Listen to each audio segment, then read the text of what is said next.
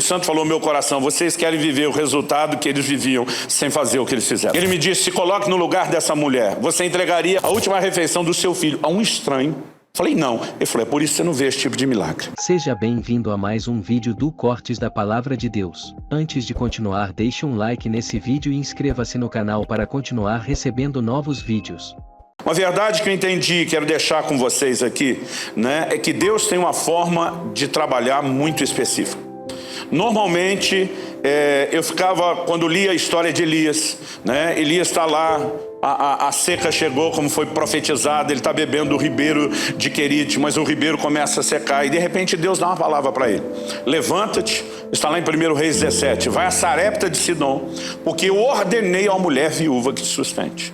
Gente, uma mulher viúva sustentar era um paradoxo, era algo quase contraditório, né? A força de trabalho normalmente era do homem, a viúva normalmente estava numa situação de desamparo, mas Deus não entra em detalhes. Eu não sei se Elias pensou: vai ser mais uma coisa doida de Deus, ou imaginou talvez seja uma exceção, uma viúva rica. Ele obedece, mas quando ele chega e Deus diz: eu já ordenei, eu não sei você, mas ouvindo a frase já ordenei, parece que está tudo pronto e resolvido.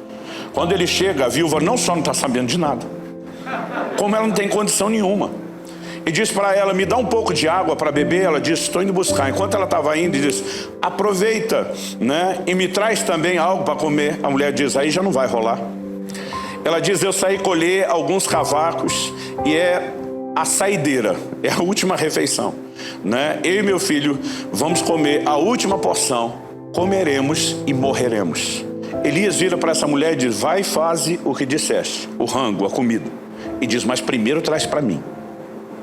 Gente, vamos pensar nisso friamente. Você imagina as manchetes que isso daria hoje? Profeta, né, aproveitador, tomando a última refeição de uma viúva com a sua filha, com a sua criança. Mas o Elias não diz só para ela: olha, vai lá, faz para mim, eu como e você não. E diz: porque assim diz o Senhor. E aí ele libera uma palavra de Deus, né? Ele diz: não vai faltar o azeite. Deixa eu só ler aqui para você. Verso 14. Porque assim diz o Senhor, Deus de Israel: a farinha da panela não acabará e o azeite do jarro não faltará, até o dia em que o Senhor fizer chover sobre a terra. Foram 3 anos e meio sem chuva. Acredita-se que o tempo máximo, assim, dilatado, exagerado, o ribeiro de Querite secar pelo volume de água que ele tinha, seria no máximo 6 meses. Se essa for estatística, tínhamos ainda 3 anos de fome.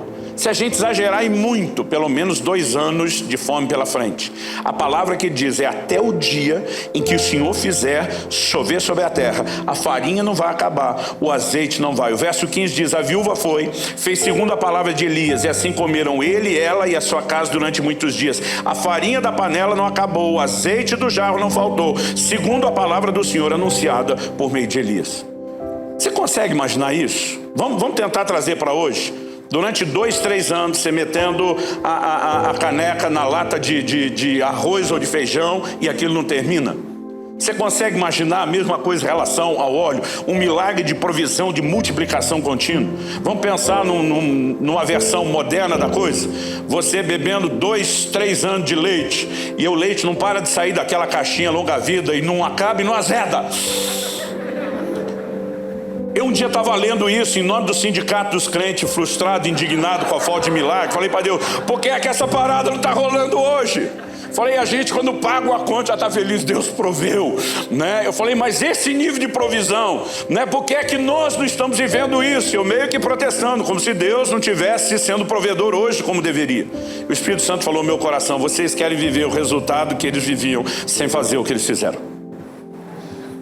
E ele me disse: se coloque no lugar dessa mulher. Você entregaria a última, não a sua última refeição, a última refeição do seu filho a um estranho? Falei: não. Ele falou: é por isso que você não vê esse tipo de milagre. Aquela mulher estava para comer a sua última semente. Nós precisamos fazer a Bíblia faz distinção entre pão e semente. A Bíblia diz que Deus dá pão para alimento, segundo aos Coríntios 9:10, e semente é o que semeia. Aquela era a última semente. Se ela comesse, ela sim de fato ia morrer, com a refeição a mais, mas morreria de fome. Elias foi enviado por Deus, e na nossa cabeça, normalmente a gente pensa, não, é a viúva que vai cuidar do Elias. Mas você sabe qual a versão que Jesus deu para isso? Lucas, no capítulo 4, nos versos 25 e 26, diz assim: na verdade lhes digo que havia muitas viúvas em Israel no tempo de Elias, quando o céu se fechou por 3 anos e 6 meses, reinando grande fome em toda a terra. E Elias não foi enviado a nenhuma delas, a não ser a uma viúva de Sarepta de Sidom. Na perspectiva de Jesus, Elias é que foi enviado para abençoar a viúva, e não o contrário. Mas Deus disse que a viúva ia suprir. Como consequência do milagre, ela transbordaria na vida do homem de Deus. Na perspectiva de Jesus, e ninguém pode discutir Bíblia com o verbo, ele está dizendo, Elias é que foi enviado para abençoá-la. O contexto do que ele está falando é que um profeta não tem honra na sua pátria. Ele diz, Israel estava sobrando viúva, mas Deus enviou a uma fora dos termos de Israel. Ele praticamente está dizendo isso como se afirmasse aqui, ninguém o receberia, o reconhecia. Mas ele foi enviado. Deus envia Elias para impedir que essa mulher coma a sua última semente. E quando ela semeia a sua última semente, ela desata um milagre. Muitas vezes nós queremos que os milagres aconteçam apenas, imaginando que Deus olhou e teve compaixão. Gente, nós precisamos entender que algumas coisas são necessárias. E no reino de Deus, é claro isso. A Bíblia diz, o justo viverá da sua fé. Deus não atende necessidades apenas. Ele atende fé. E nós precisamos entender essa verdade. Todo mundo tem a necessidade de ser salvo, mas só vai ser salvo quem crê. Porque a pessoa não é salva porque precisa ser salva. Ela é salva se reconhece sua limitação, sua condição de pecador e Deus como Salvador, e crê no que Jesus providenciou. E muitas vezes nós estamos esperando que o milagre aconteça só porque Deus viu o que a gente precisa. E não entendemos que nós podemos participar, cooperar e provocar resultados. Anos atrás estava fazendo um seminário no interior da Bahia, Eram quase 30 igrejas envolvidas num grande auditório.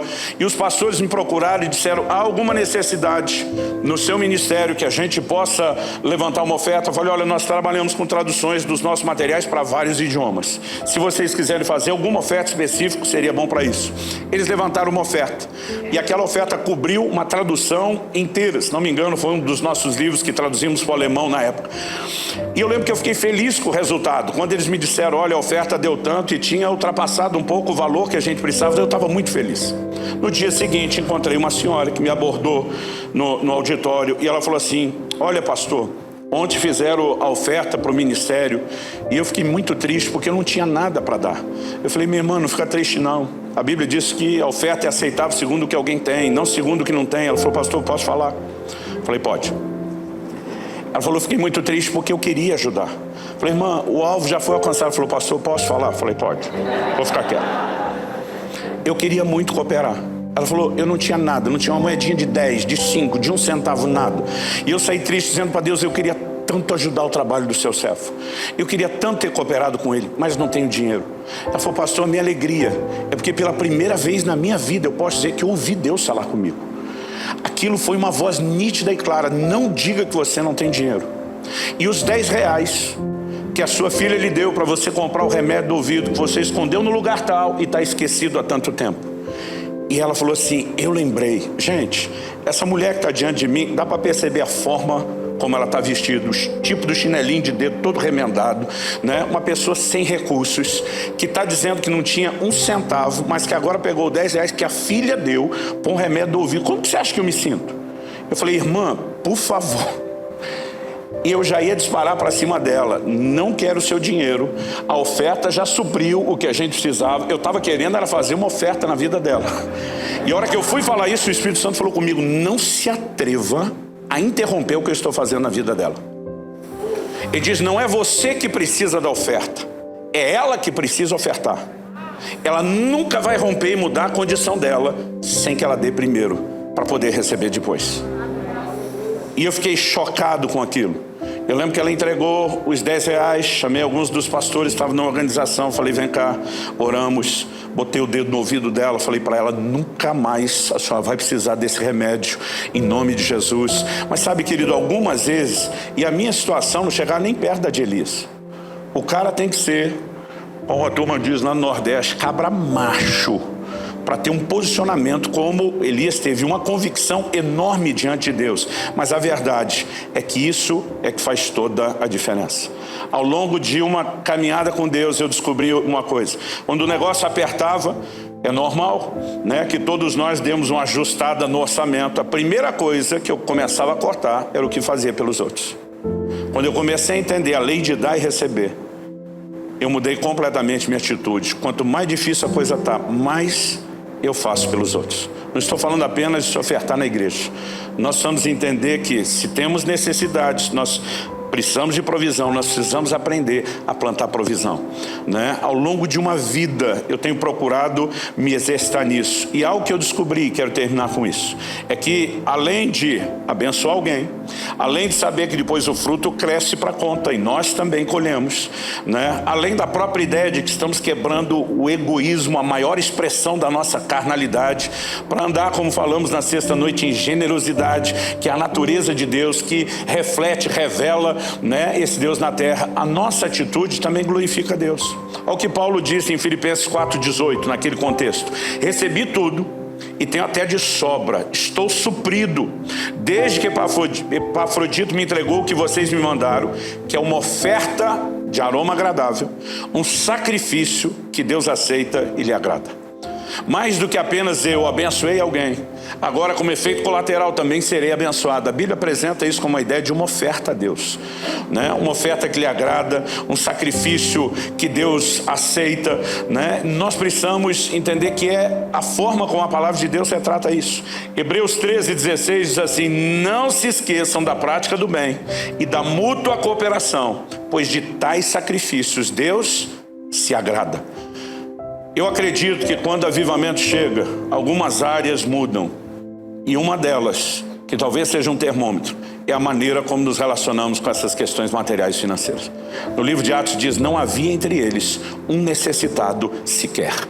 É quando nós deixamos de olhar só para o próprio umbigo, começamos a enxergar os outros. E à medida que ministramos uns aos outros, né, não apenas suprimos a necessidade de alguém, criamos e provocamos resultados sobrenaturais de volta para nós mesmos. Mas acima de tudo, é a forma como isso sobe diante de Deus. Além do culto a Deus, que será dado pelo que foi suprido, né? Em 2 Coríntios 9, de 11 a 14, Paulo diz assim: assim vocês serão enriquecidos em tudo para toda a generosidade, a qual por meio de nós resulta em orações de gratidão a Deus.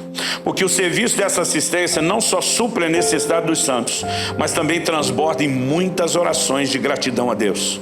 Na prova desse serviço, eles glorificam a Deus pela obediência da confissão que vocês fazem do Evangelho de Cristo e pela generosidade com que vocês contribuem para eles e para todos, enquanto eles oram por vocês com grande afeto, por causa da extraordinária graça de Deus que foi dada a vocês. Vamos ficar em pé para parecer que está acabando? Repartir o que temos, abençoar e suprir pessoas, deveria ser um estilo de vida. Paulo diz em 1 Timóteo 6, de 17 a 19, exorte os ricos desse mundo a que não sejam orgulhosos, nem depositem a sua esperança na instabilidade da riqueza, mas em Deus, que tudo nos proporciona ricamente para o nosso prazer. Que eles façam o bem, sejam ricos em boas obras, generosos em dar, prontos a repartir, ajuntando para si mesmos um tesouro que é sólido fundamento para o futuro, a fim de tomarem posse da verdadeira vida, né? Nós precisamos de fato entender o que Deus espera de nós. Eu não sei se você já parou para pensar nisso, mas tudo que você faz para as pessoas, você não está fazendo só para elas, você está fazendo para Deus. Jesus disse que um dia estaremos diante dele, vamos ouvir: eu tive fome, você me deu de comer; eu tive sede, você me deu de beber, né? Estive nu, você me vestiu. As próprias pessoas dizem: quando mesmo foi? Que nem a gente lembra ter feito isso para você. Ele vai dizer: quando vocês fizeram para um dos pequeninos, vocês fizeram para mim. Provérbios 19, 17 diz: quem se compadece do pobre empresta ao Senhor, e este lhe retribuirá o benefício. Nós precisamos viver um estilo de vida, né, onde a gente não se torne represa. Falamos disso aqui nos dias do seminário. Prosperidade bíblica não faz de você uma represa, onde você vai acumulando e tudo para só em você. Deveria fazer de você o leito de um rio. A água entra, a água sai, nunca para de entrar e também nunca para de sair. Uma última coisa antes de orarmos. Ezequiel 16:49 fala a respeito do pecado de Sodoma. A maioria de nós pensa que a razão pela qual Deus o julgou de forma tão severa foi mera e simplesmente por causa de um alto nível de imoralidade. Mas olha o que a Bíblia diz em Ezequiel 16:49. Eis que esta foi a iniquidade de sua irmã Sodoma. Ela e suas filhas foram orgulhosas, tiveram fartura de pão, próspera tranquilidade, mas nunca ampararam os pobres e os necessitados. A grande acusação de Deus, a grande denúncia, não parou no alto nível de imoralidade praticado por eles. Eles tiveram fartura de pão, próspera tranquilidade, mas nunca ampararam ninguém, né? Que Deus nos ajude a viver um evangelho onde o nosso entendimento de investimento, né, não seja só de uma maneira direta o reino de Deus quando pensamos na igreja. É lógico, queremos promover o avanço do evangelho, que é a melhor dádiva que podemos dar às pessoas, né? Muito mais do que só alimentar ou vestir o corpo, que é algo temporário. Nós queremos ver a eternidade das pessoas decidida. Não vamos discutir a importância disso, mas que possamos viver também um estilo de vida, né, onde sempre a gente possa cooperar, suprindo necessidades, né, suprindo necessidades das pessoas. E esse plantio de provisão sempre redunda numa colheita de provisão. Você recebe essa palavra em nome de Jesus.